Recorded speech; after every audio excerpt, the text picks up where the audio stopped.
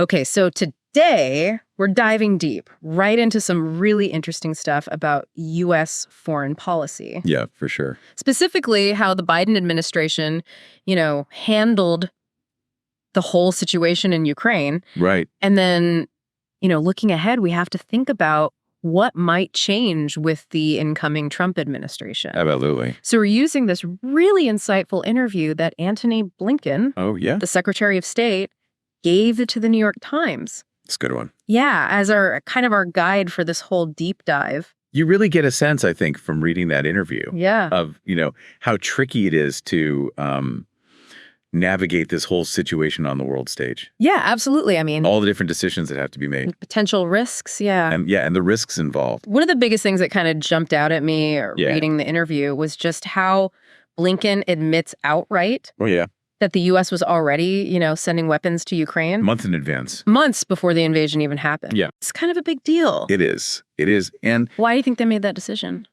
Well, I mean, Blinken says it was about getting Ukraine ready to defend itself. Right. And maybe, even scaring Russia off a little. Right. Like showing them that Ukraine was ready to fight back. Trying to deter them, yeah. Yeah, exactly. Deterrence. He even says that...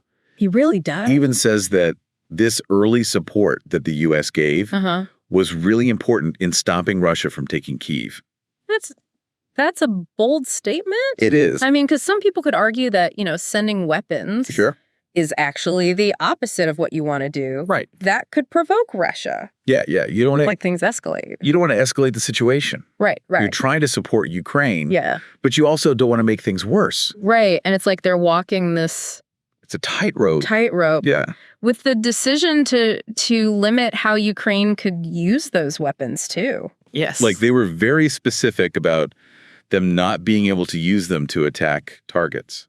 In Russia itself. Inside Russia. Yeah. What do you think about that? I mean, it makes sense when you think about what the Biden administration's biggest fear was. Yeah. Which was, things getting out of control.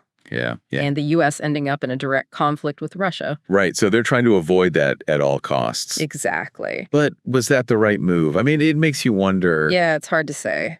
If those limitations actually ended up. It's one of those what-if situations. Yeah, hurting Ukraine. Yeah. But what we do know is that Blinken was, working really hard to get other countries on board with supporting Ukraine. Yeah, he kind of spearheaded that whole coalition, right? He got over 50 countries together. Wow. To provide all kinds of help to Ukraine. And remember, this was happening at the same time as these really intense diplomatic efforts. Right. To try to avoid war in the first place, right? They were trying everything they could. Blinken even met with Lavrov. Oh, in Geneva. Yeah, in Geneva. Months before the invasion. It's incredible how quickly things can change on the world stage. It is. What did you make of Blinken's account of that meeting? Well, he says he went into that meeting. Yeah. Really trying to understand what Putin was thinking, what was motivating him, and to see if there was any way they could find a diplomatic solution. Okay. But he came out of that meeting convinced that Putin wasn't really interested in negotiating. Wow. At that point. So diplomacy, at least at that time, had really hit a wall. Yeah, it's a pretty sobering thought, right? It is.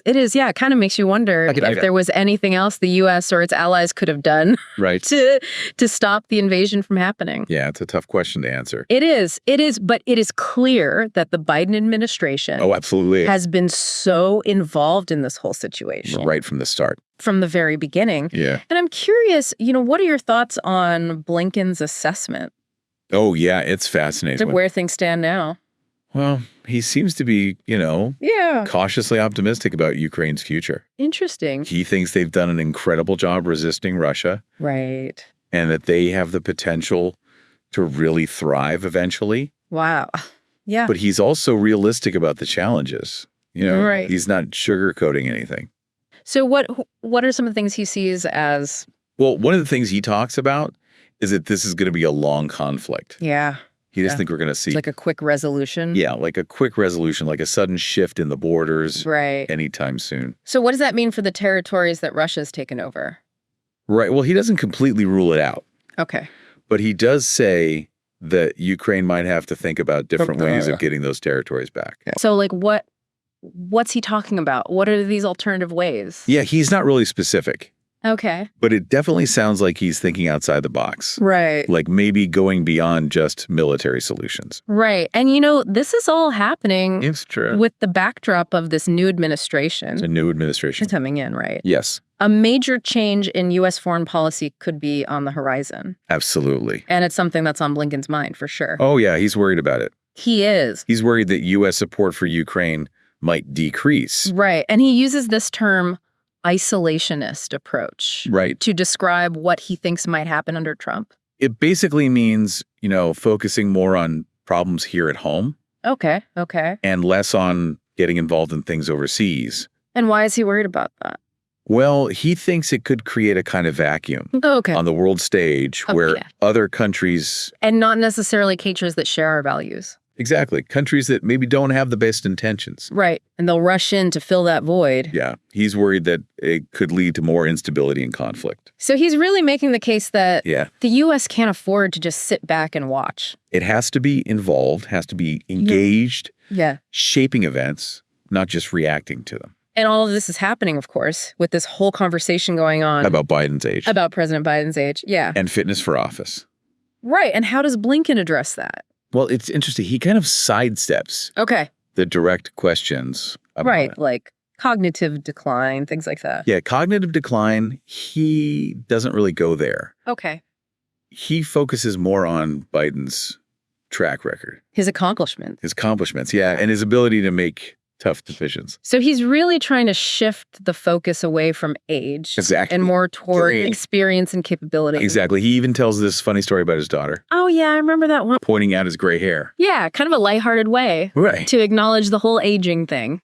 It's like he's saying, look, we're all getting older. Right. But that doesn't mean we can't do our jobs. Right. And it's interesting because he's not denying that Biden is older. Yeah. He's just kind of reframing it. Yeah, like it's not a negative thing, it's a positive thing. Right, it's about wisdom. Exactly, experience wisdom. Yeah, instead of saying he's too old, it's like, no, he's actually got a lot of experience. He's been there, he's done that. This has been a fascinating start. Yeah, really interesting stuff. To our deep dive. Absolutely. I mean, we've already covered so much. A lot to think about. From sending weapons to Ukraine in secret to this whole idea. And the diplomacy. Of diplomacy and military power. And the new administration, And now the potential shift in U.S. foreign policy with the new administration. Absolutely. And we're just getting started. I know. It's incredible. There's so much more to unpack in this interview. I know. I'm already hooked. Blinken's thoughts on the human cost of these conflicts. Yeah.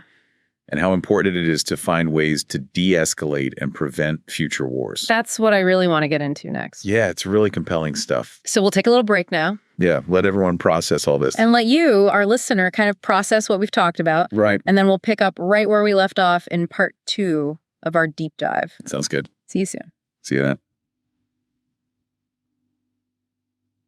Welcome back. Let's get back to our deep dive with Blinken. Yeah. One thing that really stuck with me from this interview was how he talked about the human cost of all these conflicts. Yeah, he doesn't shy away from that. He didn't just focus on, the geopolitics, the big picture. Big picture, yeah. He really acknowledged, the people on the ground. The millions of Ukrainians who've been forced from their homes. Right, their lives have been completely disrupted.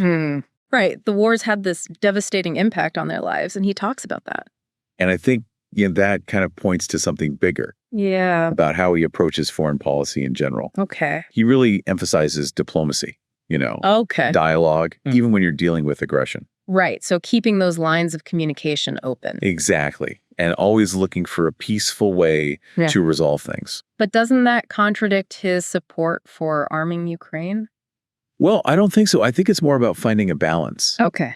Blinken recognizes that diplomacy can only work if there's a real threat of force behind it. So strength is important. Strength, resolve. Yeah, you need to show adversaries. Like we're serious. That you're serious, that you're willing to defend your interests. So it's not an either situation, right? Right. It's not like you have to pick one or the other. Okay. It's recognizing that diplomacy and military power both have a role to play.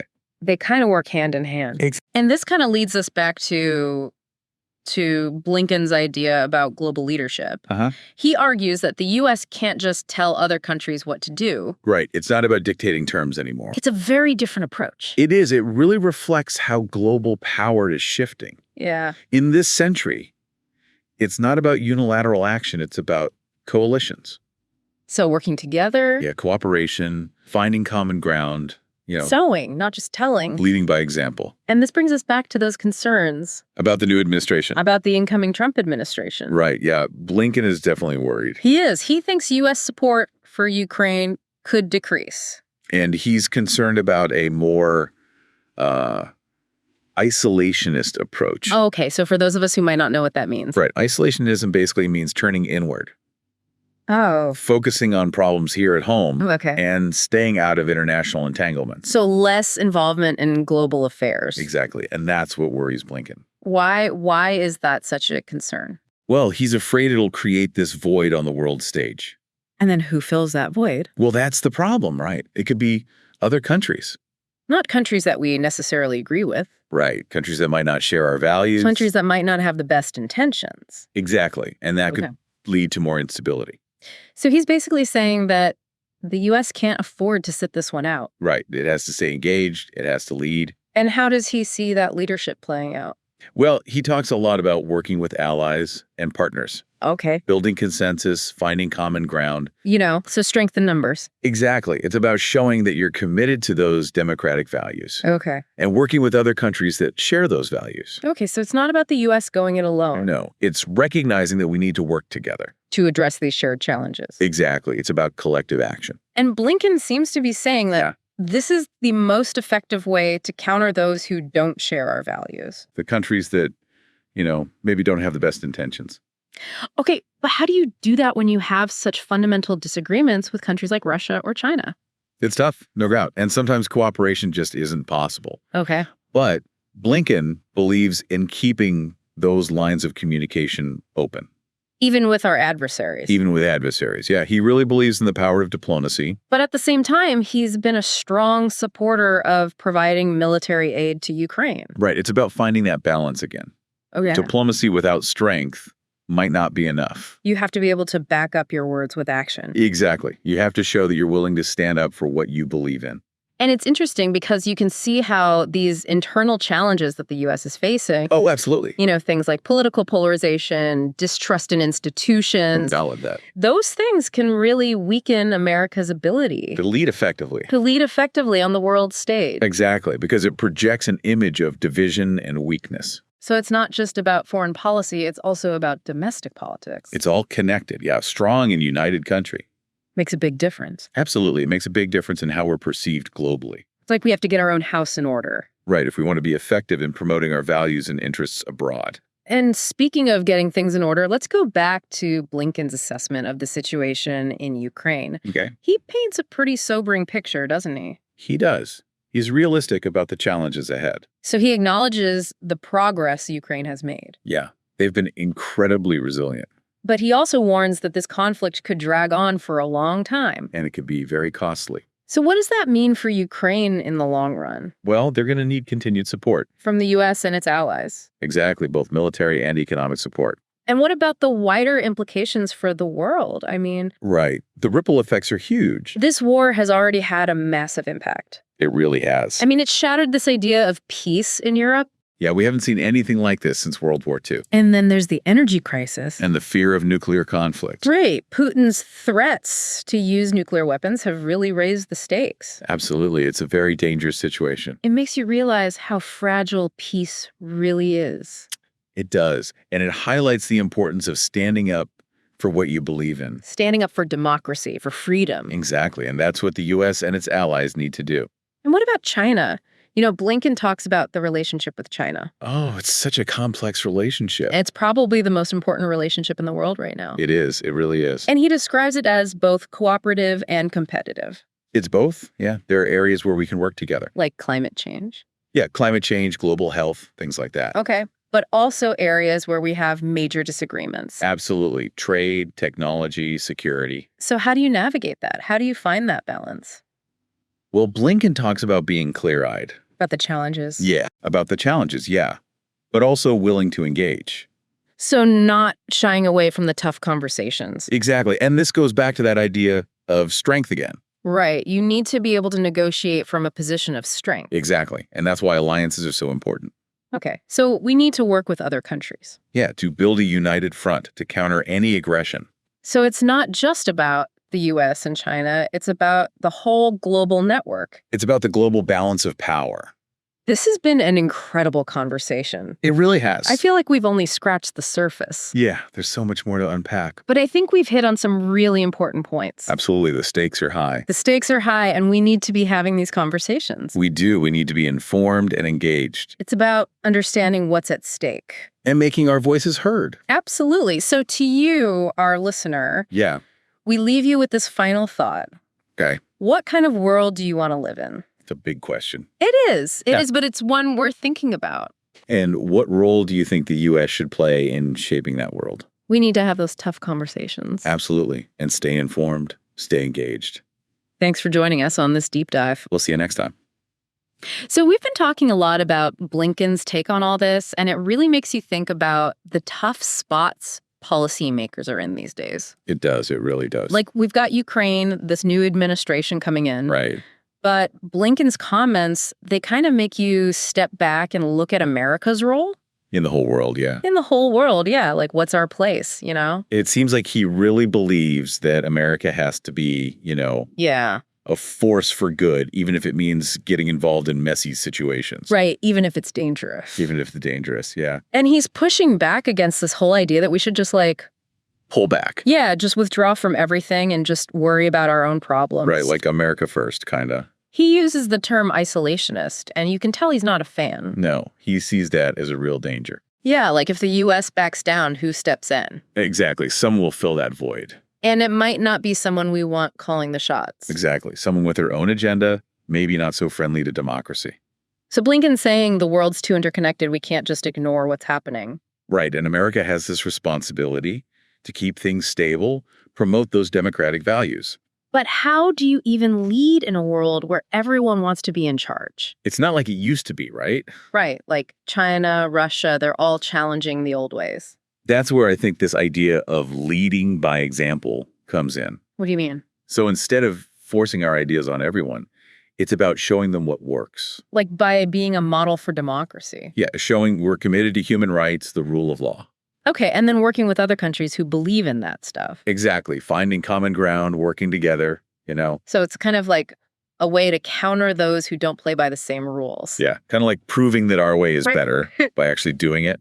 So we're not just talking the talk, we're walking the walk. Exactly. But how do you do that with countries like Russia or China? Like, our values are so different. Yeah, it's not easy. And sometimes working together just isn't an option.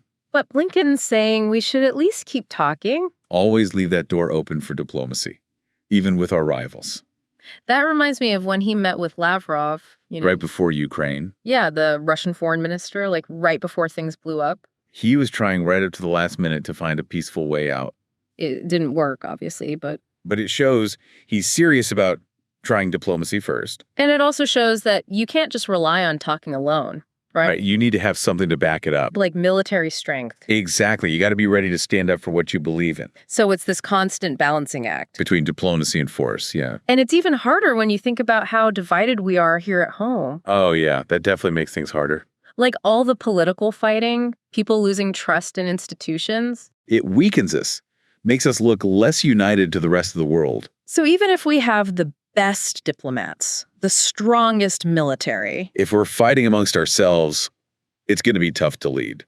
So it's not just about foreign policy, it's also about fixing things here in the U.S. It's all connected, yeah. Got to have a strong foundation at home. Blinken kind of leaves us with this question then, right? About what role America should play in the world. It's a tough one, no easy answers. Definitely makes you think. Like, what do we want the world to look like, and how much are we willing to do to make that happen? And how do we do it without overstepping, finding that balance? Blinken's given us a lot to think about, that's for sure. It's a really complicated situation, no doubt. But I think the biggest takeaway for me is that we all have a role to play in this. Even if we're not diplomats or politicians. Right, like staying informed, being engaged, making our voices heard. Because ultimately, the future of U.S. foreign policy is shaped by all of us. That's a great point to end on. So to our listeners out there, Stay curious, keep learning, and don't be afraid to speak up about what you believe in. The world needs your voice. Thanks for joining us for this deep dive.